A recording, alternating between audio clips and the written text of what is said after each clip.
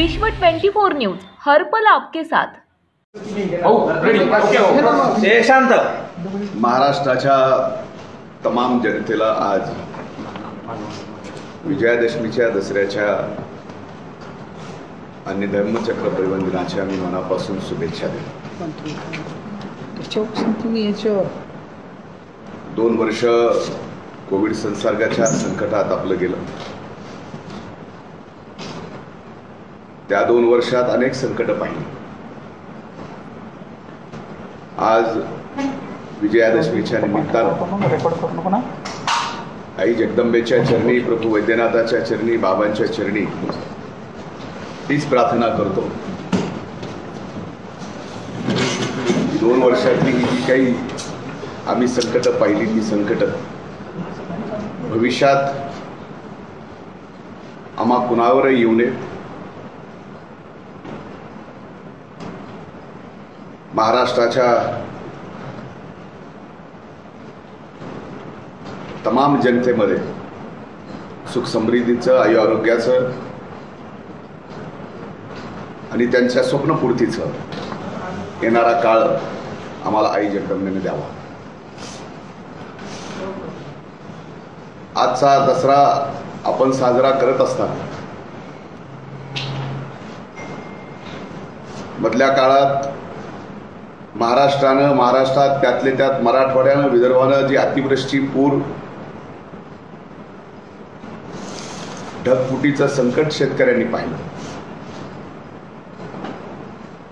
यापूर्वी इतिहासात कधी असा पाऊस झाला नाही। असा पाऊस बऱ्याच ठिकाणी झाला।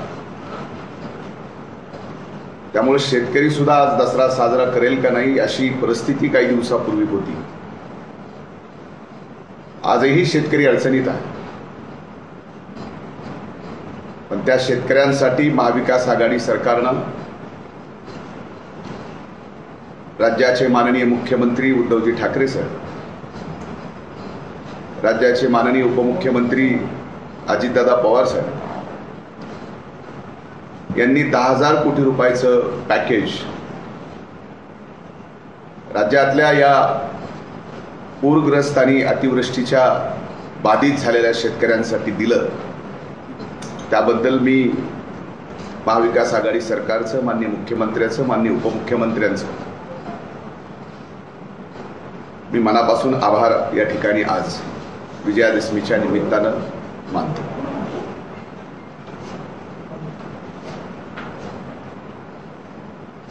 आजचा दिवस आपल्या सर्वांसाठीच महत्त्वाचा आहे। आज आपण धर्मचक्र परिवहन दिन म्हणून सुद्धा साजरा करतो। मी सामाजिक न्याय आणि विशेष सहाय्य विभागाचा मंत्री या नात्यानं आजचं औचित्य साधून सामाजिक न्याय विभागाची एक योजना राज्यातील जनतेसाठी या ठिकाणी घोषित करतो। 500 लोकसंख्या असणाऱ्या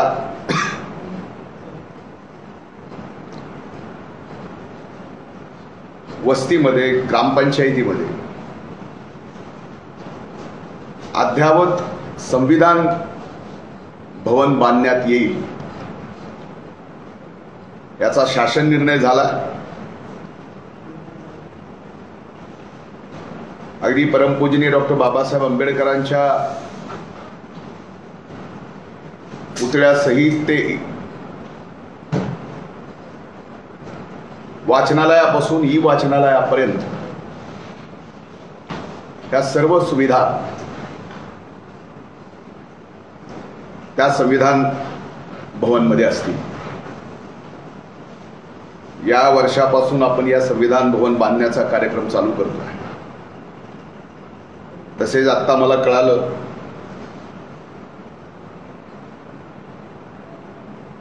की राज्याच्या जलसंपदा मंत्र्यांनी मराठवाड्याच्या 19 TMC पाण्याच्या संदर्भामध्ये एक निर्णय घेतला, ज्यामुळे बीड असेल, हिंगोली असेल,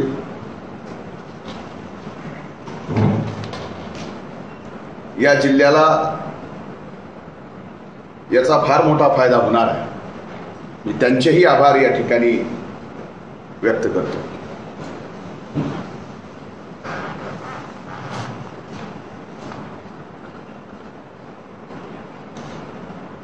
महाराष्ट्रातल्या बाधित तमाम शेतकऱ्यांना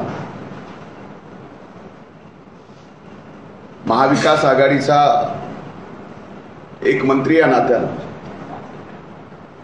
लवकरात लवकर जे सरकारने अनुदान आणि पॅकेज जाहीर केलंय ते आपल्या खात्यावर जमा होईल आणि लवकरात लवकर पीक विमा सुद्धा या ठिकाणी शेतकऱ्याला मिळेल याची जबाबदारी महाविकास आघाडी सरकारने घेतली आहे. आम्ही या ठिकाणी घेतलेली आहे. पुन्हा एकदा मी महाराष्ट्राच्या तमाम जनतेला विजयादशमीच्या मनापासून शुभेच्छा देतो. धम्मचक्र परिवहन दिनाच्याही मनापासून शुभेच्छा देतो. मला जे या ठिकाणी निवेदन करायचं होतं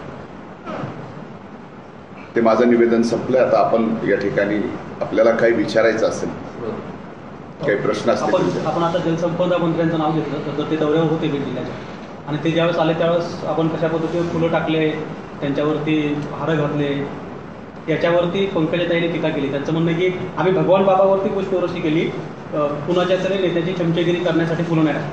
एक लक्षात घ्या, कुठल्याही संघटनेतून आपण ज्यावेळेस एखाद्या विचारातून घडतो, विचारातून पुढे येतो आणि आपल्या पक्षाचे राज्याचे प्रमुख ज्यावेळेस आपल्या गावी आपल्या घरी येतात त्यावेळेस त्यांचं स्वागत ते राज्याचे अध्यक्ष आहेत, पक्षाचे अध्यक्ष आहेत, पक्षाचे प्रमुख आहेत.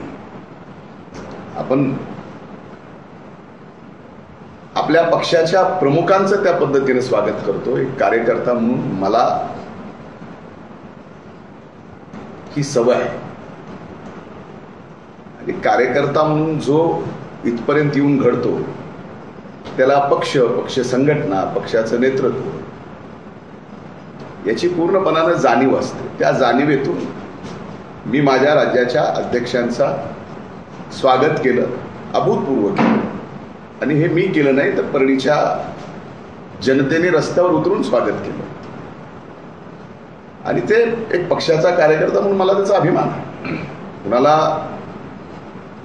माझ्या गावी माझे अध्यक्ष आले आणि त्यांचा स्वागत अभूतपूर्व झालं हे जर या ठिकाणी लागलं असेल तर दुर्दैव आहे.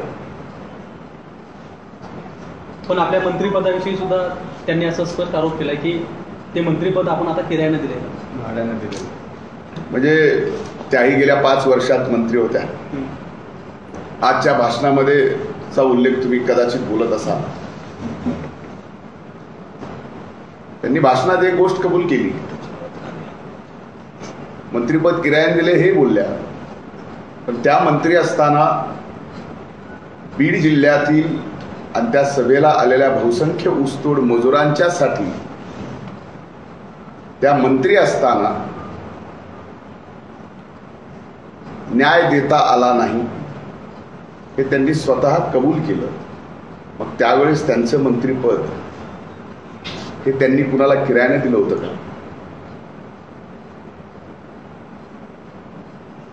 किरायानं देणं अशा पद्धतीनं आरोप करणं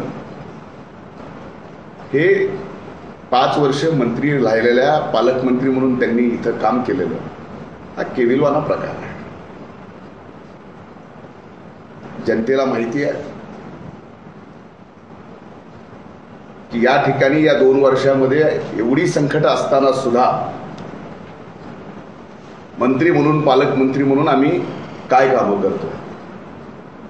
त्यामुळे त्यांना काय म्हणावं हे त्यांचा प्रश्न आहे. सत्ताधारी पक्ष एकीकडे सरकार पडणार नाही असं म्हणतो, विरोधी पक्ष म्हणतोय सरकार पडणार. या दोघांच्या याच्यामध्ये जनतेला मोठा त्रास होतो असं पंकजा मुंडेंचं म्हणणं होतं.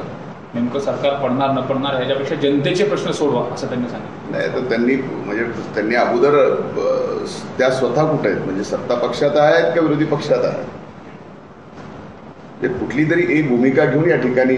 आता विरोधी पक्षात त्यांचाच पक्ष आहे, आता त्यांचाच पक्ष सरकार पाडायचा प्रयत्न करत आहे. ईडी पासून, सीबीआय पासून IT पर्यंत जेवढ्या काही केंद्र सरकारच्या संस्था आहेत त्या संस्था आता महाराष्ट्र पुरत्या केल्या आणि महाराष्ट्रात सरकार पाडायचा प्रयत्न करतात. ते कोण करतात? म्हणजे एकीकडं सरकार पाडण्यासाठी त्यांच्या पक्षांनी त्यांनी वाटेल ते प्रयत्न करायचे आणि दुसरीकडं सरकार पडणार आहे का नाही पडणार आहे याच्या गोंधळात त्यांनी राहायचं. गोंधळात राहू नये. सरकारने घोषित केलेली जी अतिवृष्टीची नुकसान भरपाई आहे ती तुटलेली आहे, ती कमी आहे, असं देखील त्यांनी आरोप केला. त्यांनी आजपर्यंत अशा अभूतपूर्व संकटाच्या काळात त्या सत्तेत असताना, आजही त्या केंद्रात सत्तेत आहे, त्यांनी शेतकऱ्यांसाठी काय केलं हा माझा प्रश्न आहे. आम्ही आज 10,000 कोटीचं पॅकेज दिलं. याच्या अगोदर एवढ्या मोठ्या प्रमाणात कधीच अशा संकटाच्या काळात यापूर्वीच्या कुठल्याही सरकारने मदत केली नाही. कोरडवाहू जमिनीला 10,000 रुपये, बागायती जमिनीला 15,000 रुपये, बहुवार्षिक पिकांसाठी 25,000 रुपये आणि ज्याची जमीन खरडून गेली त्याचा स्थायी आदेश 37,500 रुपये. अशी मदत यापूर्वी कधीच झाली नाही. आमचं म्हणणं आहे, आम्ही एवढं दिलंय, तुम्हाला कमी वाटत असेल तर कृपा करून इथं बोलण्यापेक्षा आपण भारतीय जनता पार्टीच्या केंद्रीय सचिव आहात, अनेक राज्याच्या तुम्ही प्रभारी आहात, तुमची जी ताकद आहे ती केंद्रामध्ये वापरून आणखीन जास्तीची मदत द्या. बीड जिल्ह्याचा, महाराष्ट्रातला बाधित शेतकरी आनंदी होईल. आरोप करण्याच्या ऐवजी आपण केंद्राकडं, माननीय मोदी साहेबांकडं, अमित शहा साहेबांकडं वेगळी मदत द्या. यापूर्वी असे अनेक प्रसंग आहेत की केंद्राने वेगळी मदत जाहीर केलेली आहे. मनमोहन सिंग प्रधानमंत्री असताना, पवारसाहेब देशाचे कृषी मंत्री असताना विदर्भासाठी केंद्राने त्यावेळेस एक वेगळं पॅकेज जाहीर केलं होतं. आता बाधित शेतकऱ्यासाठी केंद्राने वेगळं पॅकेज जाहीर करावं. याच्यासाठी आपण काही करणार आहात का फक्त राज्य सरकारवर आरोप करणार? म्हणजे राज्यातला शेतकरी आणि राज्य सरकार त्याला मदत करत आहे आणि केंद्र मदत करत नाही. तर केंद्रावर पण त्यांनी बोललं पाहिजे, किंवा त्यांनी मदत आणून दिली पाहिजे. हाच विषय मी क्लिअर करतो. त्या असं म्हणाल्या की खरं तर आपल्याला यासाठी याचं उत्तर समर्पक असेल आमच्यासाठी, कारण आपण विरोधी पक्षनेताही होतात काही दिवसापूर्वी आणि आता सत्ताधारी आहात. त्यांचं असं म्हणणं की सत्ता मागण्यासाठी विरोधक आक्रमक आहेत, सत्ता सोडणार नाही म्हणून सत्ताधारी रोज त्या विषयावर बोलतात. विरोधी पक्षांनी विरोधी पक्षासारखं राहावं आणि सत्ताधाऱ्यांनी सत्ताधाऱ्यासारखं वागावं. आता यांनी सत्ताधाऱ्यांना आणि विरोधी पक्षांना सल्ला द्यायचा, पण सल्ला देणारा नेमका कुठे आहे हे तर कळायला पाहिजे. आपण विरोधी पक्षाला, आपणच विरोधी पक्षात आहात आणि आपणच आपल्या स्वतःच्या पक्षाला म्हणताय की सत्ताधारीला तर बोलाच. एकूण गोंधळलेली परिस्थिती दिसते. साहेब, त्यांच्याच भाषणातील एक मुद्दा आहे, ऊसतोड मजुरांचं महामंडळ त्यांच्या काळात झालं नाही असं त्यांनी कबुली दिली असं म्हणता येईल का? त्याचं त्यांनी कबूलच केलंय जाहीर. आपण सगळ्यांनी ते प्रसारित केलं की 5 वर्ष त्यांच्याकडे मंत्रिपद राहिलं. पहिल्यांदा ऊसतोड मजूर महामंडळ घोषित केलं 12 डिसेंबर 2014ला. त्याच्यानंतर हे महामंडळ 2दा रद्द केलं आणि त्यांच्या सरकारच्या काळात 2019ला पुन्हा हे महामंडळ रद्द केलं. आम्ही सत्तेत आल्यानंतर स्वाभाविक हे सामाजिक न्याय आणि विशेष सहाय्य विभागाकडे महामंडळ ऊसतोड मजुरांचं येत नाही, ते कामगार कल्याण विभागाकडे जातं. पण मी स्वतः सरकारला विनंती करून हे ऊसतोड मजुरांचं महामंडळ मी सामाजिक न्याय आणि विशेष सहाय्य विभागाकडे घेतलं, कारण या ऊसतोड मजुरांना विशेष सहाय्याची गरज आहे. एक तर तुम्ही कबूल केलं की तुम्हाला ते करता आलं नाही, कबूल केलं, मान्य आहे. आणि आज ऊसतोड मजुरांचं दाखला मिळतोय. मला या गोष्टीचा आनंद आहे की ऊसतोड मजुरांची जबाबदारी घेतल्यावर हे पहिलं राज्य सरकार आहे की ज्या राज्य सरकारने आपल्या अर्थसंकल्पीय भाषणात राज्याच्या उपमुख्यमंत्री आणि अर्थमंत्र्यांनी घोषणा केली की या महाराष्ट्रामध्ये 1 टन ऊस गाळला गेला तर त्याच्या मागे FRP मधून 10 रुपये ऊसतोड मजुरांसाठी राहतील आणि 10 रुपये राज्य सरकार देईल असा निर्णय यापूर्वी कधीही झाला नव्हता. ते त्यांना करता आला नाही हे त्यांनी कबूल केलं. म्हणजे त्या किती त्यावेळेस त्यांनी मंत्रिपद किरायाने दिलं होतं का मला माहीत नाही, पण हे आम्ही केलं. मला याचा अभिमान आहे. त्याचं त्यांनी मान्य केलं. आभार मानतो त्यांचे. मात्र या ऊसतोड मजूर महामंडळाचा पाया आम्ही भरला, पायाभरणी आम्ही केली असं त्यांचं. म्हणजे पाया असा भरणं मला माहीत नाही की पाया 4दा खोदायचा, 4दा भरायचा, 4दा खोदायचा भरायचा असं तर मला पाया भरणं कधी माहीत. तुम्ही महामंडळ 2दा घोषित केलं, काही झालं नाही, पुन्हा रद्द केलं, त्याला पायाभरणी म्हणत असतील तर त्याला कुठली पायाभरणी म्हणावं हे मला सांगता येणार. त्यांना हवं आहे तसं झालं नाही असं त्या म्हणाल्या. त्यांना हवं आहे तसं झालं नाही त्या म्हणाला त्यांच्या काळात, त्या मंत्री असताना. आता त्यांना हवं आहे असं होत आहे असं त्या म्हणाला आमच्या काळात. आभार त्यांचे. तुम्ही वारंवार विचारता की त्या कुठे आहेत, तर त्यांनी आज सगळ्यांना सांगितलं की माझा दौरा तुम्ही लिहून घ्या. त्याची सुरुवात दिल्लीवरनं होते. दिल्ली, मुंबई, पुणे, नाशिक आणि त्यानंतर ते 12 डिसेंबरला ऊसतोड कामगारासोबत. तर मला वाटतं मी अनेक वेळा आपण विचारलं होतं, त्यांनी जाहीर सांगितलं. नाही, मला मान्य आहे की त्यांचा असा दौरा असेल तर आपण त्याची दखल घ्यावी. आनंद आहे. म्हणजे तुम्ही दिल्लीपासून अगदी गावापर्यंत येत आहे, सामाजिक गावापासून दिल्लीपर्यंत जात आहेत. दौरा कसा होतोय महत्वाचा नाही, दौरा करतात आनंद आहे. महिलावरील अत्याचाराच्या घटना वाढलेल्या आहेत आणि मी भगवान बाबाच्या समोर शर्मेनं मान खाली होईल अशा व्यक्तीचं नाव घेणार नाही असा अप्रत्यक्ष टोला लगावलेला. मला माहीत नाही. हे बघा, बाबांवर श्रद्धा असणारा मी एक भक्त आहे. भगवान बाबा, भगवान गड, भगवान बाबा शक्तिगड अशा पद्धतीचं माझ्यासारखा भक्त भगवान बाबाच्या नावाने कधीच राजकारण करणार. भगवान बाबा हे माझ्यासाठी दैवत आहे आणि मी त्यांचा एक भक्त आहे. बाबांनी एक आशीर्वाद कुणाला द्यावा कुणाला नाही द्यावा हे मधल्या काळात निवडणुकीच्या आशीर्वादातून प्रसादातून अनेक जणांना कळालं. त्यामुळं मला टोला एक आणखीन कुणाला माहीत नाही. भगवान बाबांच्या नावाचा तुम्ही जसं म्हटलात की गैरवापर कोण करते राजकीय? आता आपल्याला माहिती आहे, आपल्याला सगळं चाललंय. आपण माहिती आहे की कोण गडावर दसरा मेळाव्याची परंपरा होती भगवान गडावर, आज ते जन्मस्थानी येऊन करतात. त्यामुळं आमच्यासाठी ते दसऱ्याला भक्त म्हणून आलेले देवाचं दर्शन घ्यायला तिथं आपण राजकारण करावं हे माझ्यासाठी महत्वाचं नाही. आपली भक्ती आहे, आपलं दैवत आहे, हेच नातं एका भक्ताचं देवाचं राहायला पाहिजे. सामाजिक प्रश्न आहे माझा छोटासा. मराठवाड्यात एवढा मोठा पाऊस झाला, अशा पद्धतीमध्ये राज्याचं सरकार जे आहे ते मदत करत आहे. मात्र केंद्राचं पथक या ठिकाणी येणं गरजेचं होतं, केंद्राचं पथक, पण ते दिसलं नाही आहे. फक्त याचं कारण एवढंच की भाजपचं सरकार इथे नाही आहे म्हणून. एक लक्षात घ्या, केंद्राची जबाबदारी म्हणजे ज्यावेळेस संबंध जेवढे राज्य आहेत त्या राज्यामध्ये जे जे काही संकट येतात अशा संकटाच्या काळात केंद्राने येऊन पंचनामे करणे किंवा केंद्राने पाहणी करणे आणि NDRFची मदत त्या ठिकाणी घोषित करणे हे केंद्राचं कर्तव्य आहे.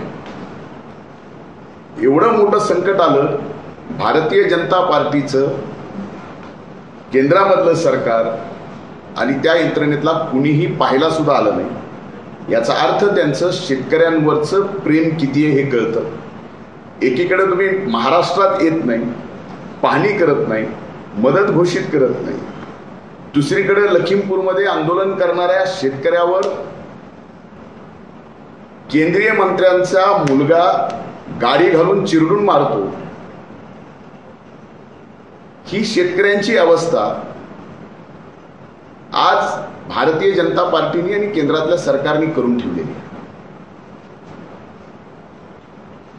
या गोष्टीचा जरी आजच्या भाषणात भारतीय जनता पार्टीच्या राष्ट्रीय सचिवांनी उल्लेख केला असता, लखीमपूरच्या घटनेच्या बाबतीमध्ये खंत दुःख व्यक्त केलं असतं तर कुठंतरी शेतकऱ्याच्या जातीला त्या बाबतीतला प्रामाणिकपणा वाटला असता. त्या दिवशी जाहीर भाषणातून ताई म्हणाल्या होत्या की शरद पवारांनी खुद्द बीड जिल्ह्यात यावं, त्यांच्या पक्षाची काय प्रतिमा आहे आणि पक्षाची काय दहशत आहे हे पाहावं असं त्यांनी आवाहन देखील केलं होतं. तुमची काय प्रतिक्रिया? 2019च्या निकालात कुठल्या पक्षाची काय ताकद आहे या बीड जिल्ह्यामध्ये हे दाखवून दिलंय आणि ते निकाल आदरणीय पवार साहेबांना सुद्धा माहिती आहे. कदाचित 19च्या निकालाचा विसर पडला असेल. एवढं तुम्हीच मान्य करता की तुमच्या काळामध्ये मंत्री असताना बऱ्याच गोष्टी तुम्हाला तुमच्या मनासारख्या करता आल्या नाही. इट्स हर फेल्युअर ते त्यांनी कबूल केलंय. आणि आम्ही आज बीड जिल्ह्यातल्या जनतेच्या सर्वसामान्य नागरिकांच्या जे काही स्वप्न होते ते स्वप्न पूर्ण करण्यासाठी प्रयत्न करतो आणि आम्हाला यश आलं. विरोधी पक्षनेते मराठवाड्याच्या दौऱ्यावरती आले. विरोधी पक्षनेते मराठवाड्याच्या दौऱ्यावरती आले, मात्र ते बीडकडे आले नाही, बीडकडे पाठ ठेवले. कसं पाहताय हा प्रश्न तुम्ही नाही, पण तुम्ही माजी पालकमंत्र्यांना जर विचारला तर बरं राहील. पालकमंत्री म्हणून तुमची काय प्रतिक्रिया आहे? म्हणजे त्यांनी इथं पाहायला पाहिजे होतं. नाही, पण त्या विरोधी पक्ष नेत्यांनी सुद्धा आपल्या इथल्या स्थानिक नेत्याला सर्दी खोकला झालाय म्हणून अख्ख्या जिल्ह्याचा दौरा टाळणं हे कसे विरोधी पक्ष नेते मला माहित नाही. मात्र तुम्हाला त्या म्हणाल्या असामाजिक न्यायमंत्री पद तुम्हाला मिळालं. हे बघा, सामाजिक न्याय हा सामाजिक न्याय आहे, त्याला ब क असं लावता येतं. आता आम्हाला सामाजिक न्याय मंत्रीपद मिळालं आणि तुम्हाला मिळालं नाही. तुम्ही विधानसभा हरलात, आम्ही काय म्हणावं? ब क ड काय लावावं? का ढ लावावं? सामाजिक न्याय विभागामार्फत चालवण्यात येणारी जी महामंडळं आहे हे महामंडळं डबघायला आलेली आहेत. या महामंडळाला सामाजिक न्याय मंत्री म्हणून आपण दसऱ्यानिमित्त काय देणार आहात? ही खरी गोष्ट आहे की मधल्या काळामध्ये 2 वर्षाच्या आर्थिक संकटात संबंध जग जात आहे, आपलं राज्यही जात आहे. त्यामुळं फक्त सामाजिक न्याय विभागातली महामंडळं नाही तर राज्य सरकारपासून केंद्र सरकारची जेवढी महामंडळं आहेत आर्थिक निर्बंधामुळं त्या ठिकाणी संत गतीनं चालतं, ही वस्तुस्थिती. पण येणाऱ्या काळात महामंडळाचं जे संविधान आहे, महामंडळाची जी घटना आहे आणि त्या महामंडळातून ज्या लाभार्थ्याला लाभ देणं हे कर्तव्य हे आजपर्यंत झालं नाही. एवढ्या चांगल्या पद्धतीनं महामंडळाचं काम आपल्याला दिसेल. आर्थिक निर्बंध आजही आपल्या सरकारवर आहेत, आजही आपल्यावर आहेत. ती एकदा पूर्णपणानं दूर झाली, कर्जमाफीचा खऱ्या अर्थानं या महामंडळाची काम दिसते. त्या महामंडळामध्ये जी कर्जमाफी आहे ती आपण सामाजिक न्याय मंत्री म्हणून करणार आहात? एक लक्षात घ्या, कर्जमाफीचा निर्णय हा सरकार म्हणून घ्यावा लागतो. महामंडळ फक्त सामाजिक न्याय विभागातली 5 महामंडळ नाहीत तर राज्य सरकारच्या वेगवेगळ्या विभागात असंख्य महामंडळ. त्या प्रत्येक महामंडळाचा व्यक्ती हा या राज्याचा नागरिक आहे. तो कुठंतरी शेतकरी आहे, कुठंतरी व्यापारी आहे, कुठंतरी मजूर आहे. आणि ज्या वेळेस राज्य सरकार एक भूमिका घेतं, मग कर्जमाफीची भूमिका आली त्यावेळेस मला एखाद्या महामंडळामधून मदत मिळणार आहे, पण मी शेतकरी म्हणून मला कर्जमाफी मिळालेली आहे, त्याच्यात महामंडळाकडून वेगळा निर्णय होणं तसं अपेक्षित नाही. पण आता अशा आर्थिक संकट असताना अशा पद्धतीचा निर्णय होणं स्वाभाविक मला आता तरी शक्य वाटत नाही. सावरगावच्या मेळाव्यामध्ये आज संकल्प करण्यात आला तो म्हणजे व्यसनमुक्तीचा, कसा पाहता? तर मी योगायोगाने आज मला कळालं, म्हणजे मी व्हॉट्सअपवरून काही न्यूज पोर्टलवर पाहिलं आणि आजच्या मेळाव्यात आमच्या ताईंनी त्या बाबतीत तंबाखू सगळ्यांनी सोडावी, व्यसनमुक्तीच्या संदर्भातला नारा दिला. योगायोगानं सामाजिक न्याय विशेष सहाय्य विभागातच दिव्यांगापासून तृतीय पंथापासून ते व्यसनमुक्ती पण माझ्याच विभागात येते. त्यामुळे त्यांनी आज जो काही संकल्प केला मी त्या विभागाचा राज्याचा मंत्री या नात्यानं त्यांचे आभार व्यक्त करतो की आपण या ठिकाणी संकल्प केला आणि मंत्री म्हणून मी त्यांचे आभारही व्यक्त करतो आणि त्यांचं अभिनंदन. अटी आणि नियम घालून परवानगी दिली होती, मात्र त्या ठिकाणी शेकडोची गर्दी होती. कोरोना आणखी गेलेला नाहीये आणि कोरोना गेलेला नसताना एवढी मोठी गर्दी जमवली. त्यांनी सांगितलंय की ते आई म्हणून सगळ्या गोष्टीची काळजी घेणार आहे, त्याच्यामुळं असं काय म्हणता येत नाही. तिथं असं संकट आहे असं त्यांना वाटलं नाही. त्यांनी जबाबदारी घेतली आहे की ते म्हणले लसी घेतल्यात सगळ्यांनी, त्यांनी बघितलं सगळं. महादेव जानकरांनी असली नकली म्हणत एक टोला केला होता की नाटक करतात भाषणाचं आणि असली नकली कोण हे लोकांना माहिती. माझ्या आयुष्यात मला भाषणात नाटक नाही करता. भाऊ, एक छोटा प्रश्न आहे, म्हणजे एक आमच्या सगळ्यांसाठीच आहे. बीड शहरामध्ये मोठमोठे खड्डे पडले आणि त्याच्यामुळे खूप त्रास होतोय. त्याच्यावरती तुम्ही काही करणार आहे आणि का? मुळात तो रस्ता हा नॅशनल हायवेकडे आहे. बीड शहरातला 12 किलोमीटरचा हा रस्ता नॅशनल हायवेकडे आहे. नॅशनल हायवेनी 2दा कंत्राट काढलं. आत्ता आदरणीय पवारसाहेबांनी, सुप्रियाताईंनी दिल्लीमध्ये संदीप भैया क्षीरसागर त्या ठिकाणी तिथले आमचे आमदार एक बैठक गडकरी साहेबांसोबत घेतली आणि त्या ठिकाणी ते काम मंजूर झालं. फक्त मधल्या पाऊस असताना खड्डे भरणं हे आपला नियम नाही. पावसाचा काळ आणि पावसाची थोडी उघड झाली की त्या ठिकाणी खड्डे भरण्याचा कार्यक्रम कुठलाही, मग PWD असेल नाही तर नॅशनल हायवे नाही तर कुठली यंत्रणा असेल, करावं लागेल. येणाऱ्या काळामध्ये ते खड्डे पण भरले जातील. थँक्यू. थँक्यू. थँक्यू.